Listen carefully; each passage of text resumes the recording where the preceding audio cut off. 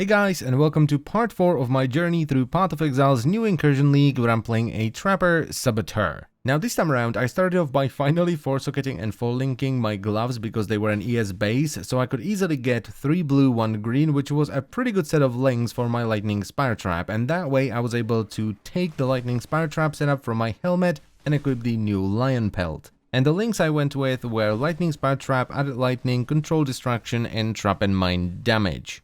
Then I realized that I never bothered to put in a Cast and Damage Taken setup, so I slapped on Cast and Damage Taken, Immortal Call, Enfeeble, and Tempest Shield. I of course overleveled Enfeeble immediately, so I had to trade it back in with a Scouring Orb, and I decided to record this because I didn't know this for a while, but if you trade a gem with a Scouring Orb to any of the vendors, they will give you the gem but 1 level lower. And you can also do this, by the way, with an Orb of Regret, which will return it all the way down to level 1, and if the gem is level 20 and you trade it in with a Gemcutter's Prison, it will turn it back to level 1, but it will be 20 quality. Then I got a temple, and this was a pretty special temple, because I got the Tempest Generator all the way up to tier 3, and I got a Corrupting Tempest in there. Now, what Corrupting Tempest does is it infects whatever it hits with a 5-second debuff, and if it infects a monster and you kill it under the effect of the Corrupting Tempest, it will drop corrupted items. But if it hits you, anything you kill in these 5 seconds will drop corrupted items. And this is really good for solo self-found because, as I mentioned in the last video, one of the possible corruptions is a 6-link. So if this happens, one thing you can do if you have the patience is basically just kite mobs and wait for the Corrupting Tempest to spawn,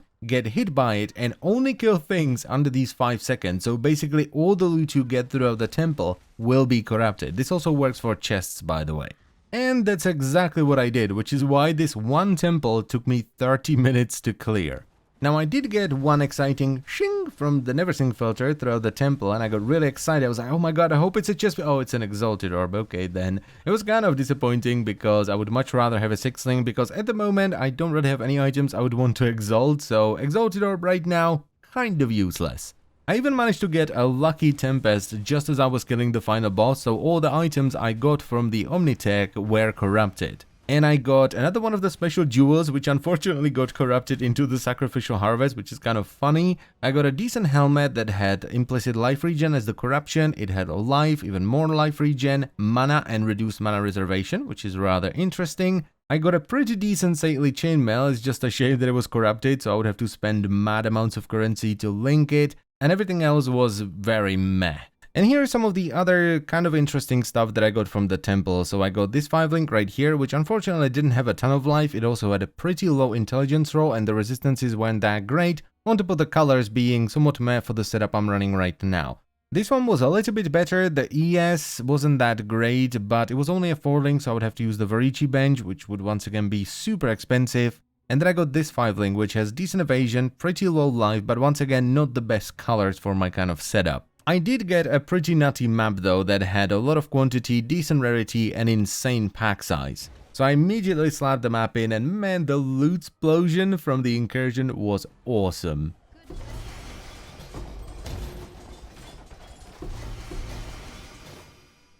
That's what I like to see. And here it sounded awesome as well. And it had a pretty good drop in it too, because it did drop Auto Sacrifice, so I can do something like an Ignite based Flicker Strike build now. And then I got another good drop in the form of the Star Conja's headpiece, which is a very well-rounded sort of evasion crit based helmet that has a ton of life. Then I managed to KO spam an amazing amulet. It even had an open prefix, so I was able to slap on some mana for Mind Over Matter, and I even blessed it because I'm a little bit low on dex right now. Then after about 30 maps since the last one, I finally managed to find another trial, and it was the Trial of Lingering Pain, so that's 3 of them done now. After which I realized that I had another one of the sort of corrupting maps that has a role where all the items that drop have about 10% chance to drop corrupted instead. So I did that, and even though it had a breach, it didn't really drop anything big. It dropped a bunch of smaller stuff, but nothing really big until I got to the boss, who finally dropped me a Midnight Fragment, which completed my first Atziri set. And since I was feeling pretty confident and I actually wanted some items from Atziri, namely the flask and the boots, I ran it right off the bat.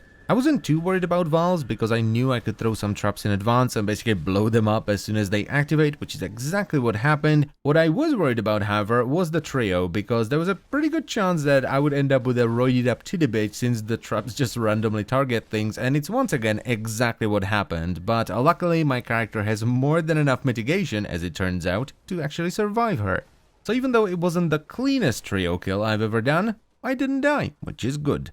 And all that was left was Big Mama Atziri herself, and honestly I've done Atziri enough on so many different characters that I wasn't really worried about her at all. Especially since I knew that this build was really good for Atziri because she has a ton of transitions into different phases where you can pre-throw your traps and basically explode the phase before anything happens and move on to the next phase right away. And just like that, Big Mama went down and I was rewarded with Atziri's Promise, which is one of the two items that I wanted. I also got a drill neck somewhere in the temple, I don't quite remember where it was. Then I managed to craft a Stygian Vise with some cold resistance and life, which is what I needed, and I regaled into a dud. But it was still better than the belt I was wearing because I was not capped on cold res and it had an open suffix, so I was able to craft another res on top of it. And by the way, the belt came from my first Lich of the League, which I had fought earlier, and he also dropped a 1-socket Light Poacher and Darkness Enthroned. Then I just randomly popped an Abyss in a desert and I got a bloody Biscos, after which I got another temple where I unfortunately didn't make it to the top, so I couldn't kill the boss. But I did get a tier 3 corruption chamber with the lapidary lens, or however that's pronounced, which corrupts a gem twice, so I decided to corrupt Arc and all it did is give it 8 quality. And then I got this, which I was super happy about because it had some dex which I was missing, good evasion, good life and decent resistances. And the temple ended with a tier 3 vault, which, just gives you a bunch of currency, which is always nice. Then as soon as I got out of the temple, I got a pretty easy 6-socket on the chest piece, and I even managed to 5-link it, which is actually my first 5-link of the league. And with that, I decided to switch into Flamethrower Trap for single target because I kind of wasn't feeling the Lightning Spire Trap anymore. And the links I went with were Flamethrower Trap, obviously, then Trap and Mine Damage, Added Cold, Fire Penetration, and Control Destruction. I would ideally want to swap Added Cold for Combustion, but I don't have the chromes to get 3 off-colors at the moment. And this was a good decision because Flamethrower Trap feels a lot better than Lightning Spire Trap. Then I finally picked up the jewel socket on the tree, so I decided to throw some chaos at a jewel, and this is what I got after the first chaos orb, so that was pretty lucky.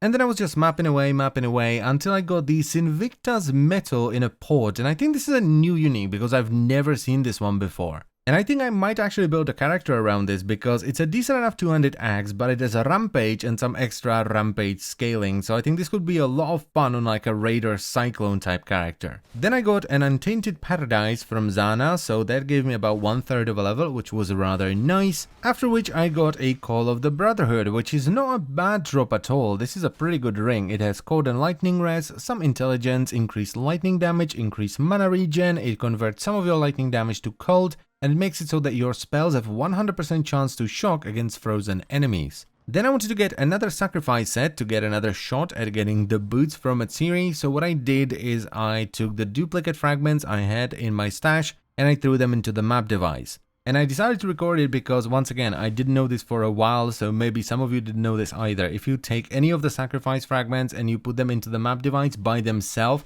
they will open up a random Vaal side zone. Now, this is not really worth doing in a trade league, especially now since you get more Vaal gems than fragments, because the fragments are generally really cheap, so you can just buy them off of someone else. And as is to be expected, with just a couple of fragments, I did not get the Midnight Fragment, so I decided to do it sort of the other way, which is to just run corrupted maps and hope that the boss will drop it. And as I was doing that, I got the final temple of the day, and in that temple I got the tier 3 sort of item corruption room, so I wanted to corrupt something fun and chose the drill neck. And at first I was like, oh, an elder drill neck, what could it... Oh, okay, never mind. And unlike last time, I actually did make it to the top of the temple, and the only interesting drop I got was a String of Servitude belt that has 54% increased effect of discipline.